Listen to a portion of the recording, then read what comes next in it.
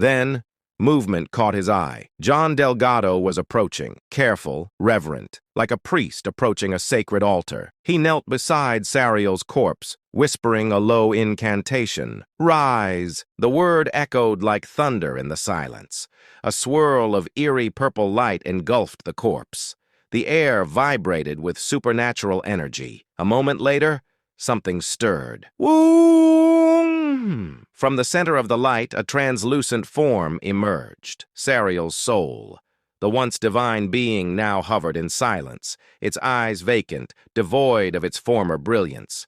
Chains of celestial power snapped like twigs as Sariel's soul bowed and knelt before John. No words were exchanged, but the message was unmistakable. He had succeeded. John's eyes widened in disbelief. Then joy exploded across his face. He cried, elated, almost laughing, saying, "Success! It's a success! I did it! I really did it!" But his celebration was short-lived. A voice, cold and sharp as a blade, rang out behind him. "What did you succeed at?" John flinched. He spun around instinctively, dread rising in his throat. Black Scythe had appeared silently, like a shadow stalking its prey. John's confidence shattered in an instant. He stumbled back, then pointed shakily at Ryu and shouted, "Kill him! Kill that guy!" He barked the order like a madman, desperate to survive. The newly bound Sariel should have obeyed, but nothing happened. Sariel stood still, cold and unmoving. It didn't even glance at Ryu, because it recognized him as an ally. Ryu narrowed his eyes and crossed his arms.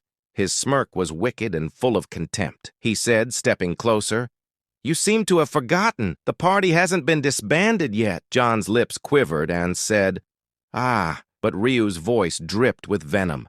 "And you want to kill me that badly? Even if it means turning an angel into your puppet?" Ryu chuckled, low and dangerous, and added, "You really think that's going to work? The real Sariel couldn't even touch me. He died like a dog. And now you think his ghost is going to save you?" John couldn't respond, because he knew Ryu was right. Still, with the penalties weighing down on him, this was all he had. A desperate gamble to claw his way back up. Ryu shook his head in mock sympathy and said, "Do what you want with the angel. Raise him. Worship him. It doesn't matter." He leaned in closer, his presence suffocating, and added, "But hear this. Crawl near me again, and I'll crush you. No mercy next time." John stood frozen, his knees weak. Unaware, he had just narrowly escaped death, thanks to the angel's current allegiance. Ryu turned his back and walked away, a glimmer of intrigue in his eyes, and he said to himself, "Now that I think about it, if I kill that summoned angel, will it count as killing a real one? If it did, he could stack the effects of Demon's blessing again." He considered testing it right then and there. But for now, Sariel was still marked as an ally. Ryu added, "Guess I'll wait until the party disbands after the round ends. Then we'll see." He smiled faintly to himself and said, "I'll let him live, for now." Later, in the colorless space, the familiar voice of an angel rang out. "Is everyone gathered?" The featureless, colorless expanse that marked the round's end filled with returnees one by one. Ryu's team stood among them, solemn and silent. The angel continued, letting out an exaggerated sigh. "Let's check how many teams survived, shall we? We began with 7,880 teams, but only 2,389 teams remain." Gasps rippled through the crowd. Many had fallen, most likely during the brutal fifth trial. Without a summoner, survival had been impossible. The angel said, "Originally, we would rank the surviving teams and eliminate the bottom half." The angel's wings fluttered gently and added, "But we are far short of the threshold. Only 2,389 teams made it.